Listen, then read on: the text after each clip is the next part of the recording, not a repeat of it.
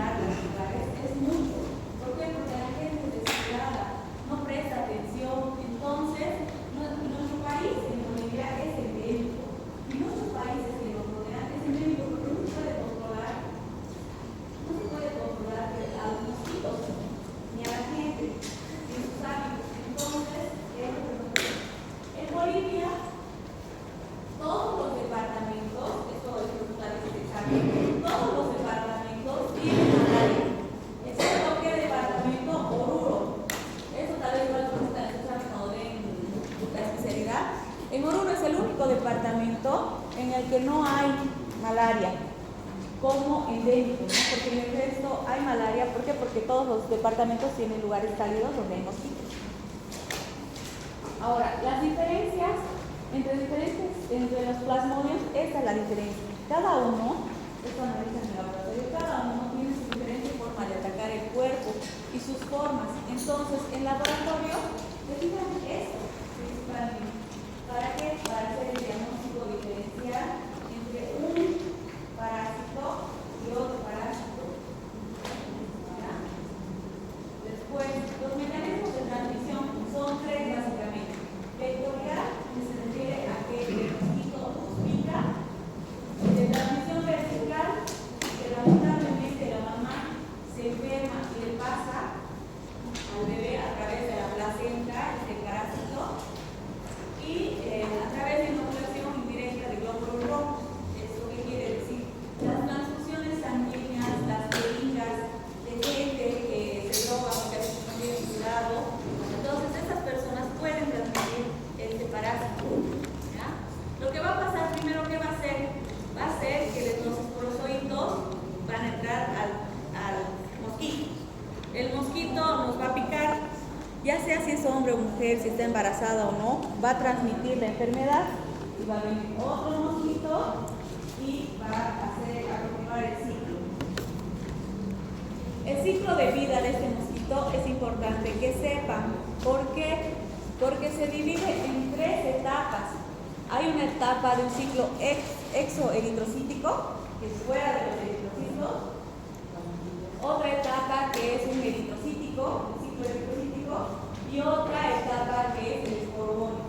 Son tres tipos de etapas en donde el parásito necesita realizar su ciclo.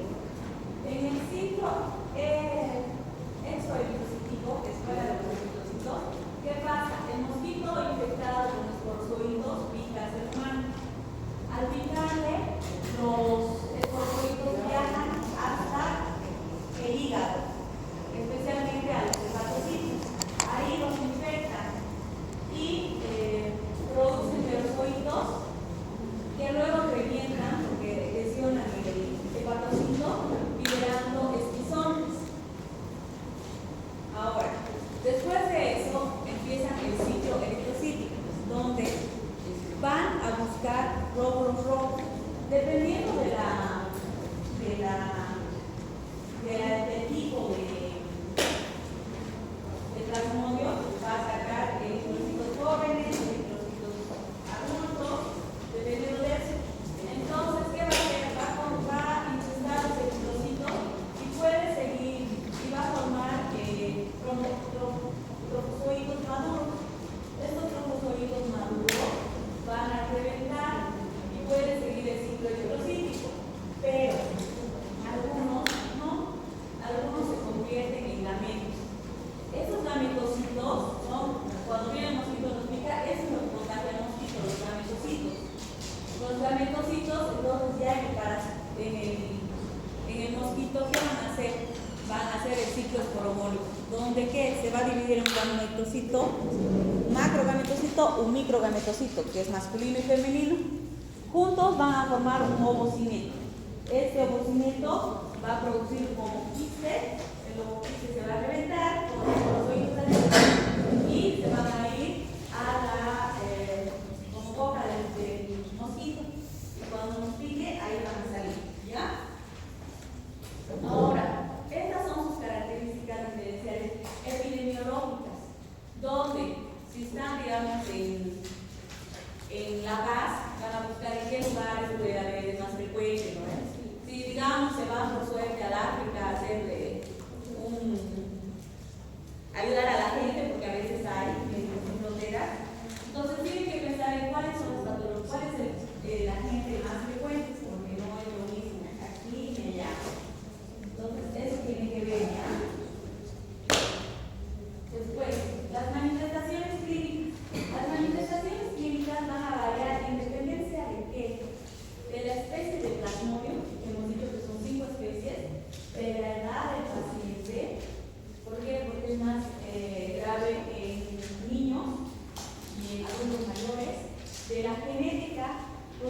visto que genéticamente hay gente que está más predispuesta a tener complicaciones. El estado inmunitario, eso nos referimos a pacientes que tengan VIH, que tengan trasplantes.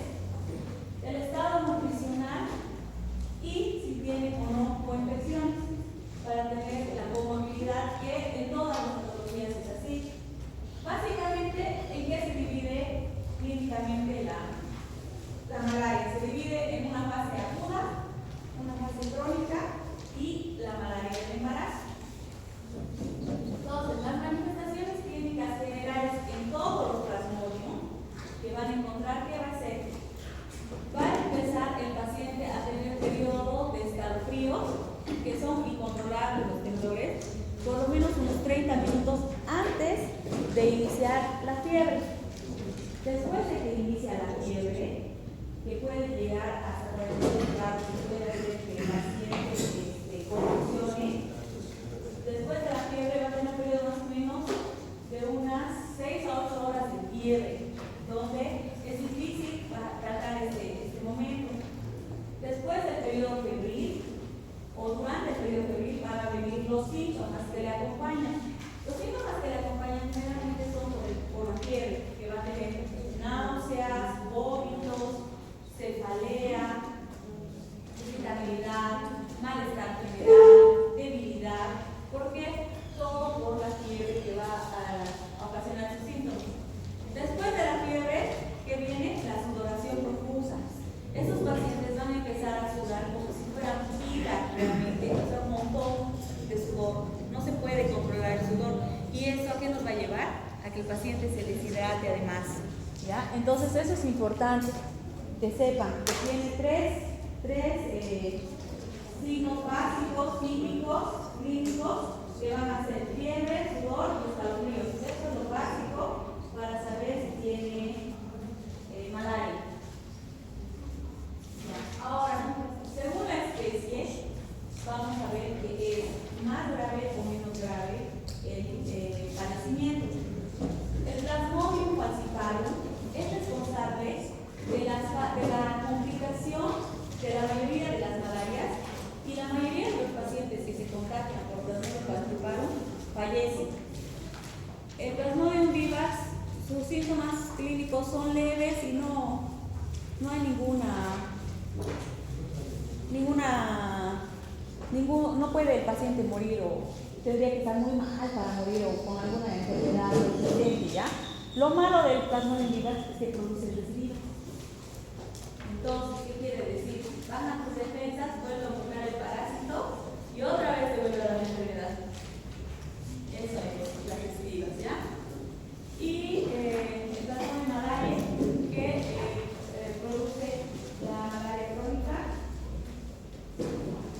Ahora, las manifestaciones clínicas, dependiendo del parásito o del género que nos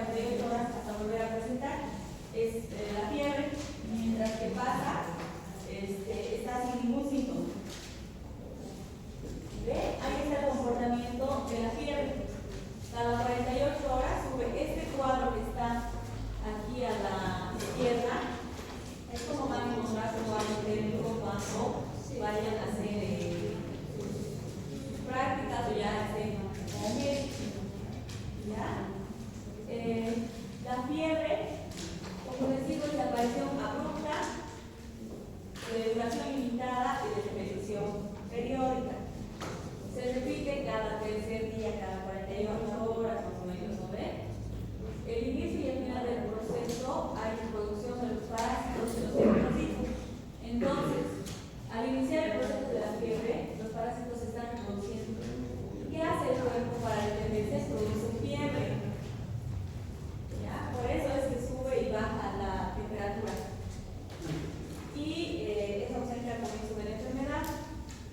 El Plasmodium falciparum, este es el más nos preocupa y es el más, con el que más nos vemos comprometidos. ¿Por qué? Porque, como les he dicho, este es el que nos da las complicaciones más graves, incluso el fallecimiento del paciente.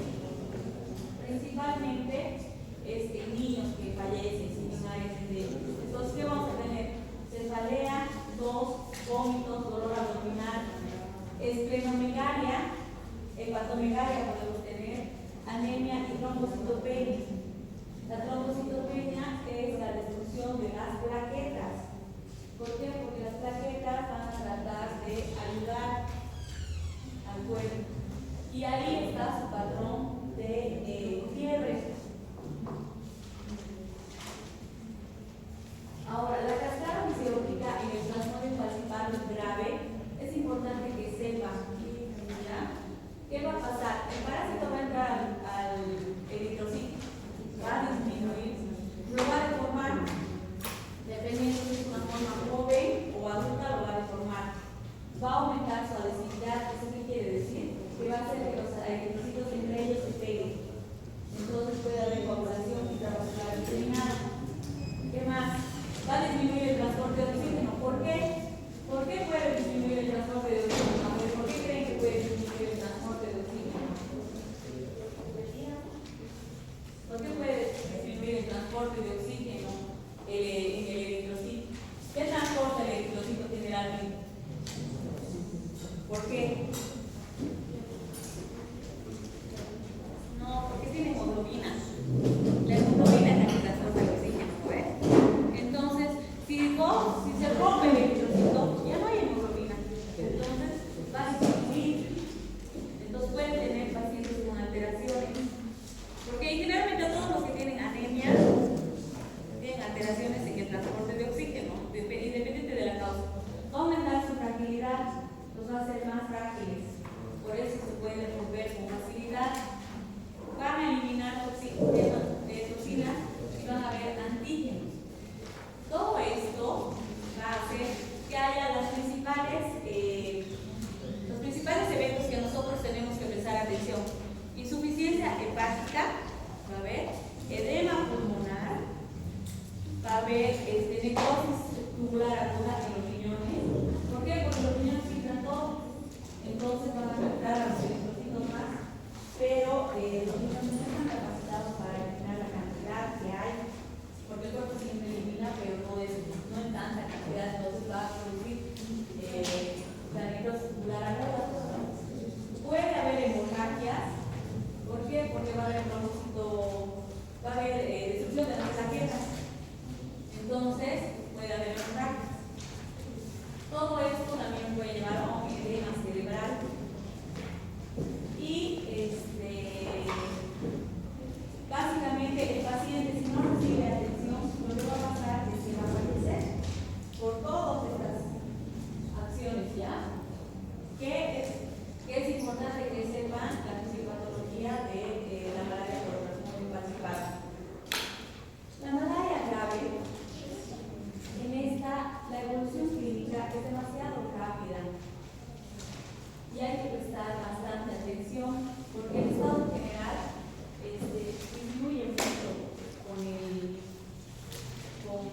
pasar de las horas y en un rato el paciente se nos descompensa. El nivel de conciencia va a estar alterado. Aquí puedes encontrar pacientes que no te van a responder, no van a hablar, incluso pueden encontrar pacientes que van a estar en coma. Va a haber inestabilidad hemodinámica. Al principio va a haber estabilidad, pero después va a haber una inestabilidad hemodinámica. ¿Por qué? Porque se han destruido muchos eritrocitos. La temperatura hay que prestarle atención. Cuando los niños, generalmente los niños, hay que prestar más atención la temperatura alta.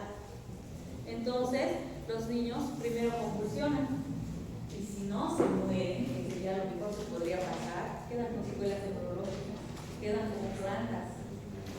Entonces, ustedes siempre que vean un niño con fiebre, tienen que bajar la temperatura como sea, buscar medios físicos, darle medicamentos, lo que sea. ¿Por qué? Porque su cerebro literalmente se fríe con la fiebre. Y tiene muchas consecuencias. Después va a haber palidez retiniana. Y como les digo, lo principal es ver que los niños estén bien. Los niños como los niños se recuperan rápido, porque a veces hay casos, digamos, donde tienes que reanimar a un niño porque hay un paro, lo ves al ratito y está jugando, está chupando un dulce, se recuperan rápido. Pero también de la misma manera, los niños se ven afectados y también mueren rápido de un rato a otro. Entonces, hay que prestar atención en los extremos de la vida, los niños y los adultos mayores. Ahora, la malaria cerebral, esta es una complicación grave de la malaria. ¿Por qué? Porque afecta principalmente el cerebro y las meninges. Entonces, esta patología de malaria cerebral le gusta afectar a los niños. ¿Ya? Afecta su sistema nervioso central y la mayoría fallece, pero los que no fallecen, todos quedan con secuelas, todos quedan secuelados. No hay ningún paciente, pues muy poco el pronóstico de que queden sin secuelas. La mayoría quedan secuelados, entonces es importante darse cuenta porque esta complicación avanza bastante rápido. ¿Ya? Va a haber alteraciones en la conciencia, va a haber convulsiones frecuentes, va a haber el coma profundo, signos de focalización, patrones respiratorios anormales, incapacidad para ponerse de pie, sentarse, caminar, hablar. ¿Cómo vamos a hacer el diagnóstico nosotros de que está el niño con esto? Vamos a hacer una función lumbar y vamos a hacer un examen de control para ver el diagnóstico de esa patología, si es que tuviera el paciente, si es que estamos sospechando, se sospecha y ve en zonas endémicas. Porque también una meningitis puede causar esto mismo. ¿Ya? La malaria grave va a haber alteraciones hematológicas, que es lo principal. Vamos a ver trombocitopenia. Esto ya les he explicado. Va a haber disminución de las plaquetas. ¿Por qué? Porque las plaquetas van a tratar de actuar y generar al organismo, pero no se va a poder. Y va a haber un secuestro estético, como el vaso va a crecer, va a haber secuestro estético. Va a haber falla renal, que generalmente se asocia al bajo y la hipotensión. ¿Esto qué quiere decir? Como esta enfermedad tiene periodos donde va a haber fiebre, escalofríos y sudoración profusa, tanta es la sudoración que va a hacer que los pacientes entren en una deshidratación.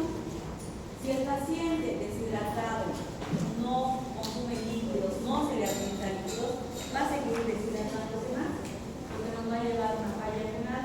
Podemos tener hasta llegar hasta la anuria, que quiere decir eso, que no va a orinar nada, no va a haber nada de orina, va a estar súper concentrado. Y esto, pero es fácil de tratar, porque esto ustedes administran, ¿no ven? Sus planes de hidratación, dependiendo si el paciente puede tolerar la vía oral o por vía no. Y la anemia es el hallazgo más frecuente que vamos a encontrar.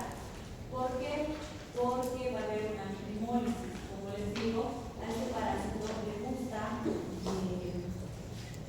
meterse en los eritrocitos para completar su ciclo y los mata. Entonces, lo que nos va a llevar a esto va a ser a una anemia que va a ser monocítica nosorómica. Y el hematocrito va a ser menor al 15% o una hemoglobina menor a 5. ¿Con cuánto de hemoglobina una persona, o sí, una persona normal, digamos, adulto joven, puede vivir sin tener alteraciones? ¿Cuándo creen qué es la hemoglobina. ¿Cuánto tendría que tener de hemoglobina? Para que, digamos, no le transfundas. Porque saben, ¿no? Que transfundir tampoco se debe transfundir así, porque uno a veces puede transfundir sangre, pero a veces los exámenes de los laboratorios no están bien hechos. Entonces puedo transfundirle, digamos, a alguien que no necesitaba el transfundo y mala suerte, el paciente que ha donado estaba en periodo de ventana de VIH. Se contagia sin tenerlo, Entonces siempre que van a hacer una transfusión, tienen que pensar bien, pero ¿cuál es el valor de hemoglobina hasta donde pueden tolerar? Hay gente que... ¿Qué? ¿Cuál la mitad? ¿13? No, menos. Pero digamos, es 17. Ajá. Hasta 8 se acepta un valor de hemoglobina antes de transfundir en una persona joven sin alteraciones, sin enfermedades coexistentes. Más allá, más abajo de eso, hay que evaluar, porque hay pacientes, por ejemplo, que tienen anemias crónicas, que están con anemia ya hace como años, entonces pueden tolerar valores más bajos, pero siempre que vayan a hacer la transfusión de algún paciente, tienen que asesorar que van a hacer la transfusión, tienen que hacer los exámenes correspondientes y hacer firmar un consentimiento, porque como les digo, puede pasar. ¿Ya? La malaria grave. También la malaria grave son utilizados tratamientos que retardan el inicio de los trastornos falciparos. Principalmente están ahí los medicamentos y todo lo que van a ver del trastorno falciparo. En este va a haber alteraciones que son realmente graves. La población intravascular diseminada, que hemos hablado, esta se va a producir ¿por qué? Porque va a observar mayor adherencia entre los eritrocitos. Esta población intravascular diseminada hace que pueda haber necrosis en diferentes lugares. ¿Por qué? Porque como se van a juntar muchos eritrocitos, ¿no ven? En el cuerpo, van a obstruir, van a tapar los capilares y entonces puede haber cuando hay coagulación intravascular diseminada ya hay que ir empezando a ingresar el auxilio. ¿Por qué? Porque finalmente los pacientes que tienen coagulación intravascular diseminada no van a salir, más si hay acidosis láctica, entra en shock, hipoglicemias que va a haber. ¿Por qué? Porque el cuerpo está con un metabolismo acelerado, va a haber estrenocegalia y edema pulmonar con cardiopatía. Los factores de riesgo e indicadores de mal pronóstico en casos de malaria, ¿qué son? Eso es importante que sepan. Niños menores de 3 años, personas que visitan zonas indígenas. ¿Eso qué quiere decir? Digamos yo, cuando he venido aquí a Tarija, venía de La Paz. En La Paz no había las modelos, por lo menos en la ciudad no hay, yo tuve así, pero en la ciudad no. Entonces no estaba en contacto. Vengo aquí y los mosquitos generalmente siempre pican a la gente que viene nueva, ¿verdad? Siempre te pican. Entonces me hace más propensa a mí, como yo no estoy todo el tiempo aquí. Entonces la enfermedad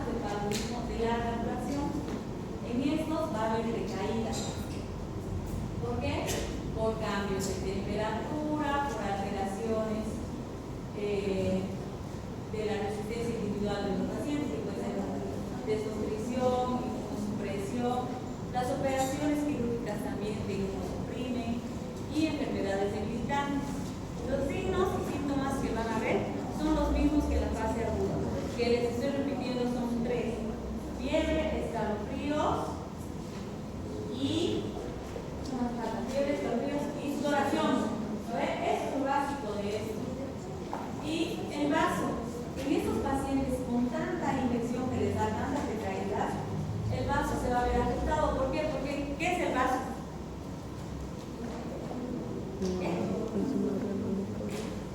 un órgano hematopoyético, ¿no? Entonces, se va a ver afectado. ¿Por qué? Porque el vaso crece para producir más glóbulos para tratar de sacar el parásito. Pero en estos pacientes tanto crece que se va a volver puro frágil y a la palpación no va a ser doloroso, pero puede estar expuesto a suturas. Y rara vez ocurre, pero puede suceder. Y cuando se rompe el vaso, es terrible porque como es un órgano hematopoyético, quiere decir que tiene sangre y no se puede hacer puntos en el vaso. ¿Ya? En el embarazo es generalmente en todas las patologías, el embarazo es un momento crucial para la mujer y el producto. Entonces tiene que tener cuidado cuando la paciente esté en edad de gestación. Si es que encuentran una paciente con signos de malaria, es recomendable que le hagan una prueba de embarazo. En las mujeres que están en edad pediátrica, que le van a hacer a todas las mujeres, no le van a hacer eso. Entonces, tiene que hacerle a las mujeres que están en edad reproductiva, que sería más o menos desde los 18 hasta los 40 años, ¿no? Aunque algunos se adelantan más. Pero básicamente es ¿para qué? Para que puedan prevenir. ¿Ya? En áreas de baja transmisión, aquí la inmunidad adquirida es nula. ¿Por qué? Porque en esos lugares donde no hay plasmodium, la gente no tiene inmunidad, no se transmite. La infección es clínica, va a haber una enfermedad severa, va a haber un riesgo materno y un riesgo fetal. El riesgo materno es que la mamá muera y el riesgo fetal es que se produzca un aborto, un parto pretérmino o una muerte fetal. ¿Por qué? Porque en este lugar no hay. Mientras que en áreas de alta transmisión, en áreas donde el plasmodium hay mucha malaria, ya hay inmunidad adquirida. ¿Qué quiere decir inmunidad adquirida? ¿Qué es la inmunidad adquirida? La vacuna puede ser, pero también creamos inmunidad con el COVID, por ejemplo. Con el COVID nos ha dado COVID, entonces ahora todos tenemos inmunidad, nos va a dar porque ya no están fuertes. Entonces, en áreas donde es endémica esta patología, donde todos tienen, o donde la mayoría tienen, la gente desarrolla inmunidad. ¿Eso qué va a hacer? Que la enfermedad no sea tan fuerte. ¿Por qué? Porque tal vez le ha dado a mi abuela le pasó la inmunidad a mi mamá y mi mamá. Entonces, eso es. Y la patología no va a afectar tanto a la embarazada, aunque sí le puede causar la mortalidad, que no está exenta de que pase esto, es menos probable, igual la mortalidad del niño. Generalmente van a nacer con bajo peso, la mortalidad no va a ser alta y va a tener alteraciones del desarrollo, básicamente. Entonces, el diagnóstico de la malaria necesitamos dos cosas principales, ¿ya? Para el diagnóstico de la malaria, voy a volver a decir, todos los que han llegado recién, ¿no ve? Que han llegado tarde, tienen que ir, esos temas de aquí, les voy a explicar para que vayan avanzando, si no, no van. Todos estos temas de aquí son de la teórica, ¿no ve? Y eso es de la práctica. Sus compañeros se están acercando, tienen que poner estos números, digamos 1, 2, 3, así, según el tema, igual en la práctica. Y se van a ir acercando poco a poco ahí, porque tengo que registrar las notas, sus tareas extras igual. Aquí, por ejemplo, en generalidades debe haber una flashcard o mapa conceptual, ¿no? De todo eso tienen que presentar allá, porque ya están subiendo sus notas, ¿ya? No importa si no tienen firma, roja, azul, verde, lo que sea. Tienen que presentarnos. ¿Por qué? Porque no voy a hacer valer las firmas ahora. Necesito, porque hasta fin de mes tienen que estar sus notas del primer elemento. Entonces, acomoden sus tareas, porque les he pedido que traigan, ¿verdad? Acomoden sus tareas, avisen todo, porque tienen que presentar sí o sí todas estas tareas. Si digamos, Lorena tiene 20 tareas y Natalia tiene 10 tareas, Lorena va a tener más notas, ¿no ves? Si no presentan, va a ser lo mismo, ¿ya? Entonces, vayan analizando sus tareas. Poco a poco, miren, sus compañeros ya se están acomodando para presentar. ¿Ya? Eso. ¿Qué más? Hoy día y mañana vamos a avanzar 6 temas, como les he dicho. Porque hemos tenido casi un mes de vacaciones, ¿no ves? Entonces vamos a avanzar hoy día y mañana 6 temas. El examen va a ser la siguiente semana solo de las diapositivas. Les voy a pasar las diapositivas, solo de las diapositivas. Así que estudien, me roto el cerebro tratando de resumir las diapositivas. ¿Ya? Entonces va a ser la siguiente semana el examen. El viernes, que no hemos dado clase, ¿no ve la anterior vez? No hemos dado la práctica.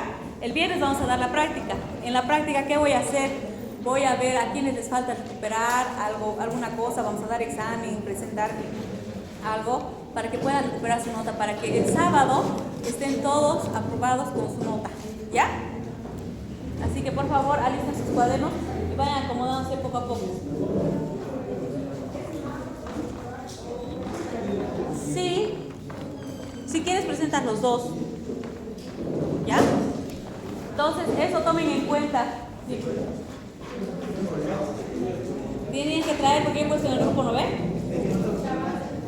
No sé, tienen que ver cómo hacer para presentarme sus tareas, porque solo tengo hasta esta semana. En la práctica, pero vamos a avanzar. En la práctica, ahorita presenten lo que tengan. Sí, sí.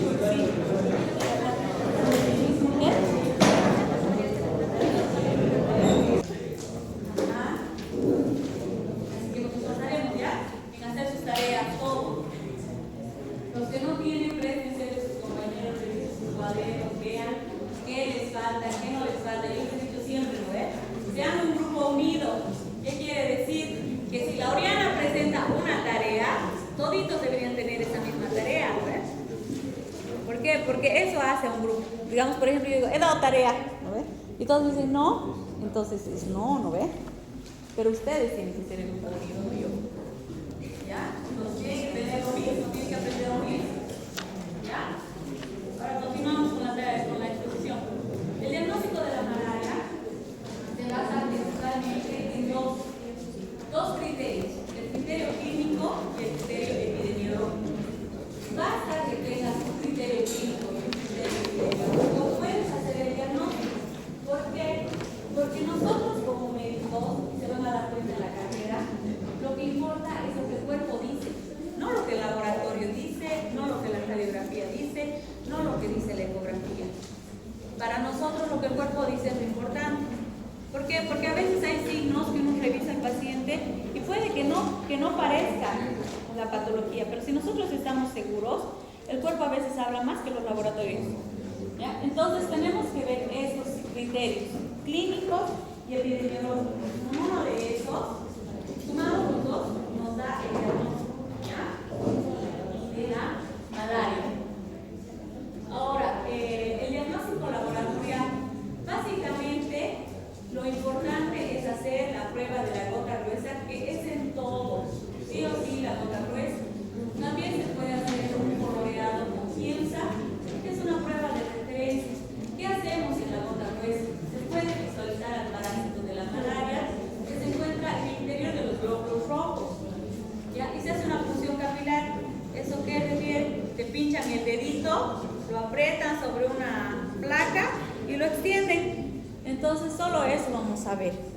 Eso lo puede hacer cualquier laboratorista y es rápido. El procedimiento no es tan doloroso. Y así vemos. El laboratorista, ese sí va a ser el que les va a decir qué tipo de participante es.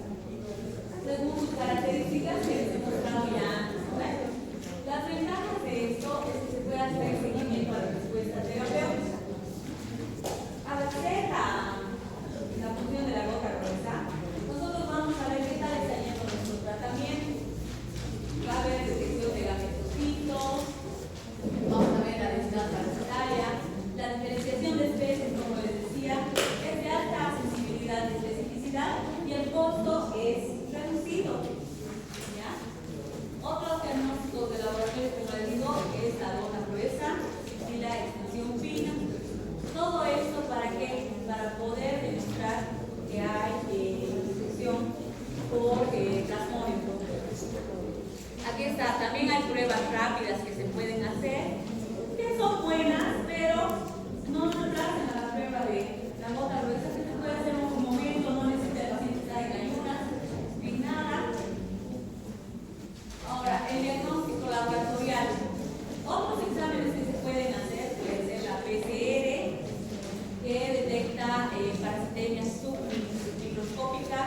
de alta sensibilidad, pueden hacer serologías, pueden hacer, para la malaria grave, hay que ver el hemocultivo, radiografías, hacer pruebas de función hepática, pruebas de función renal.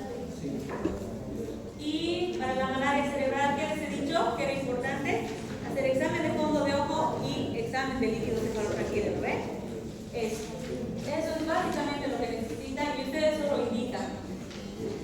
Valoración por oftalmología para fondo de ojo. Realización de función nuclear o líquido cefalorraquídeo por anestesiología. Y entonces les van a hacer el examen.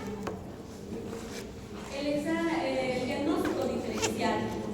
Eso es importante que sepan. ¿Por qué? Porque como sus síntomas son tan simples, ¿no ves? Son tan comunes, muchas de estas patologías, miren, en la malaria no complicada hay que diagnosticar con dengue.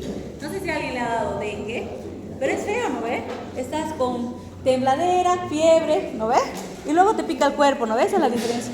Ajá, eso. Entonces, pero podemos pensar que era malaria, porque el dengue se parece. ¿Ya? La leptospirosis se parece, la fiebre amarilla se parece. La enfermedad de Chagas, mientras está en su fase aguda, se va a aparecer. La brucelosis y la tuberculosis igual son enfermedades que se parecen. Entonces, ¿cómo hacemos la diferencia? Con el diagnóstico laboratorial y el epidemiológico y el clínico. ¿Por qué? Porque no vamos a pensar en, no sé, pues, en dengue en época que no es de dengue, ¿no ves? Porque tiene sus temporadas. Entonces eso, y en la malaria complicada, ¿con qué enfermedades vamos a hacer el diagnóstico? Con hepatitis viral. Generalmente la hepatitis va a haber crecimiento del hígado clínicamente, entonces esto nos puede hacer confundir.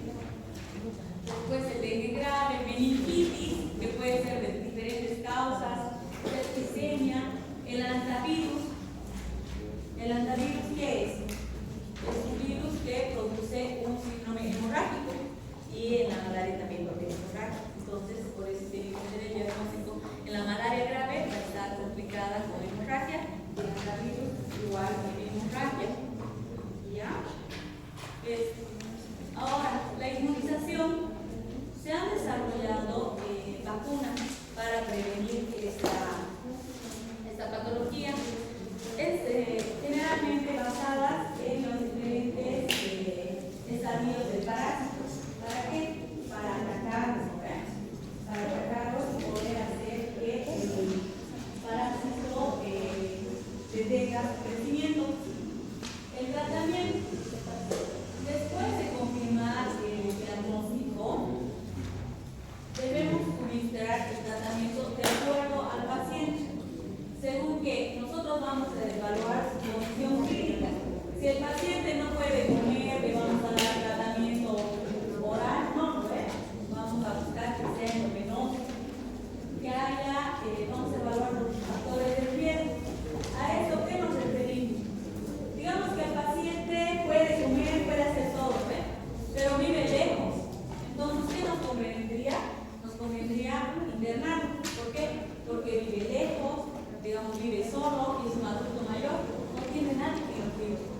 Entonces es mejor tenerlo en el hospital, aunque parezca que está bien, tenerlo en el hospital y cuidarlo, controlarlo, que mandarlo a su casa, porque Dios sabe si va a poder venir en su casa por el malestar que va a tener.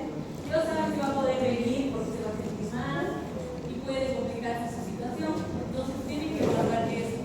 Dependiendo de la especie de falciparum que encuentren, de plasmodium que encuentren. ¿Por qué? Porque les he dicho, ¿no? El plasmodium falciparum es el que produce complicaciones. Si el laboratorista le dice prueba de gota gruesa se encuentra plasmodium falciparum, entonces ustedes ¿qué van a hacer? Es mejor internarlo. ¿Por qué? Tal vez al principio, antes de complicarse, se va a complicar, entonces internan a su paciente. Los objetivos clínicos, ¿cuáles son? La cura del paciente y prevenir la progresión de la enfermedad. ¿Ya? Y darle un tratamiento farmacológico a su paciente. Ahora, el tratamiento de la malaria para plasmodium vivax globales es este. ¿Ya? Acuérdense que a mí lo que más me importa que es diagnóstico, tratamiento y prevención.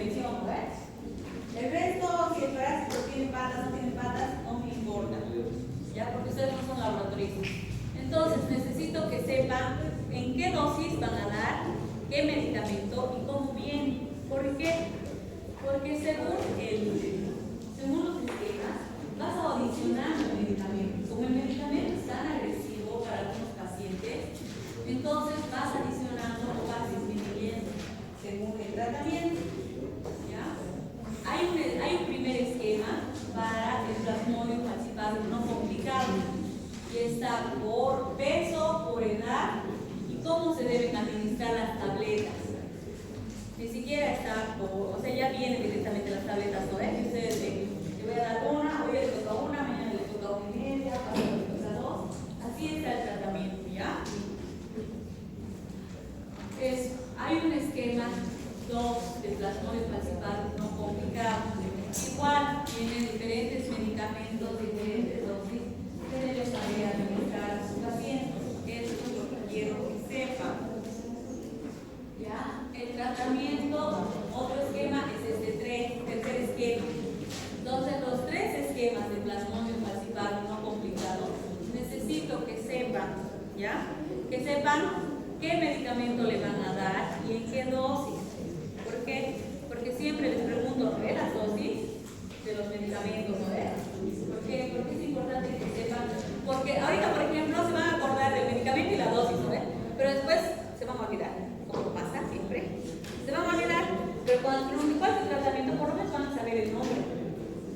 Entonces, para eso es que yo les hago preguntar las dosis, porque después igual pueden revisar las dosis en el celular, ya después cuando sean médicos nadie les va a preguntar, ¿no? Pueden decir la dosis, ahorita me voy a hablar, y lo mujeres. ¿Ya? Entonces, yo lo que quiero decir es importante que digan cuál es el medicamento para el paciente. ¿Ya? Ahora, el tratamiento con quinina para el plasmodium complicado.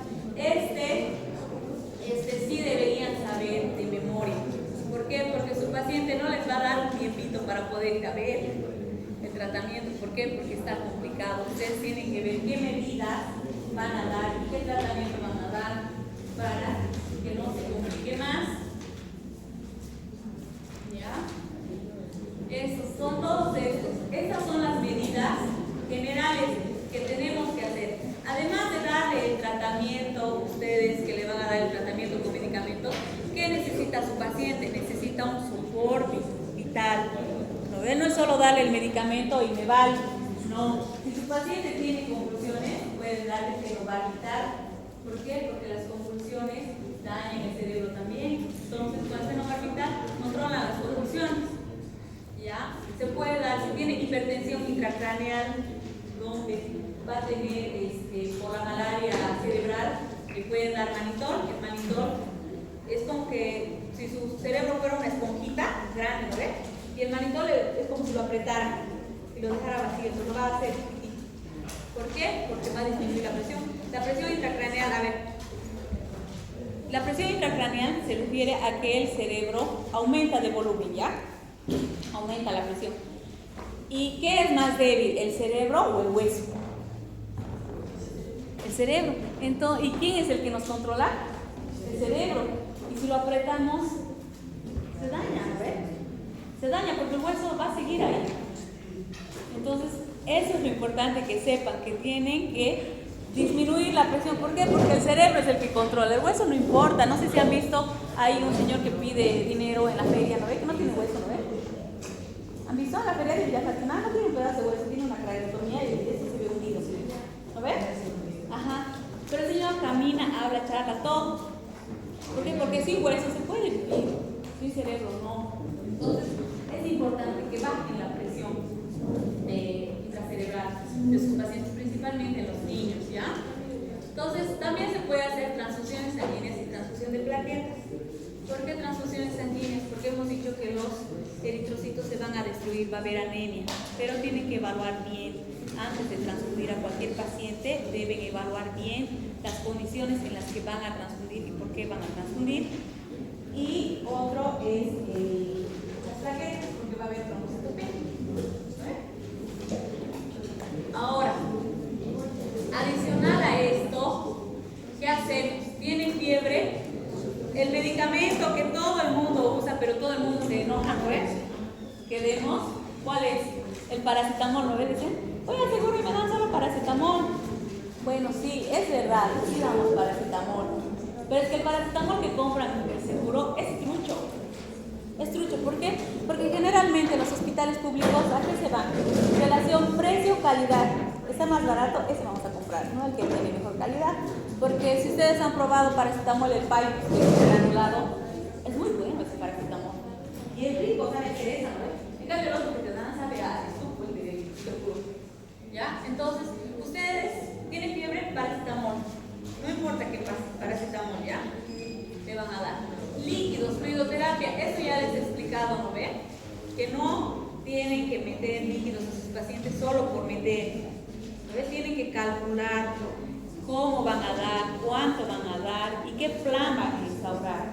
Es importante que sepan esto. Si yo, por ejemplo, no puedo comer y me das plan de rehidratación oral, ¿qué va a pasar?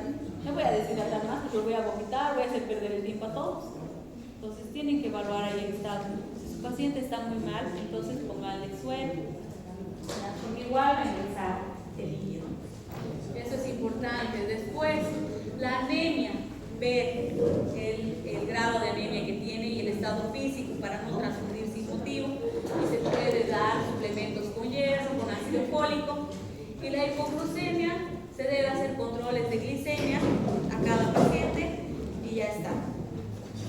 Los criterios de internación, estos son importantes también que sepan los criterios de internación. ¿Cuándo van a internar a pacientes? Porque la mayoría de la gente no le gusta internar. La mayoría de la gente dice, quiero quedarme en mi casa, no quiero ir, pero firma aquí, ya le dice, se muere después, pero ha venido bien. Entonces, tienen que evaluar sus criterios de internación. Como les digo, paciente con signos y síntomas de malaria complicada debe ser internado. Con condiciones geográficas difíciles. ¿Qué quiere decir? Que el paciente vive lejos, vive solo, tiene que pasar un río, una quebrada y 2 cerros más para llegar, se tiene que quedar, ¿ya? Si están positivos, si tienen un mal estado general, se tiene que quedar. Si no tolera la febral, ¿qué generalmente pasa en los niños? Se va a quedar, ¿ya? Menores de 6 meses se van a quedar. Deficiencias de la gama 6, no me acuerdo bien esto, se tienen que quedar desnutridos. Embarazadas, nunca me despachen las embarazadas. ¿Por qué? Porque están jugando con 2 vidas. Ustedes despachan una paciente embarazada, mala suerte, muere, no es como los demás pacientes. En los demás pacientes uno dice, ay, acordaremos, por favor, te pagaré, arreglaremos, ¿no ves? Y arreglas como si hubieras chocado un carro. Una embarazada no. Una embarazada puede que los familiares acepten arreglar con ustedes, pero el ministerio les va a seguir un proceso directamente, no importa que los familiares digan, no, ella estaba enferma, no, el ministerio les va a seguir un proceso y va a ver que ustedes hayan hecho lo correcto de hecho. Entonces, cuando vean mujeres embarazadas, trátenlas con mucho cuidado, porque cualquier cosa las pone inestables.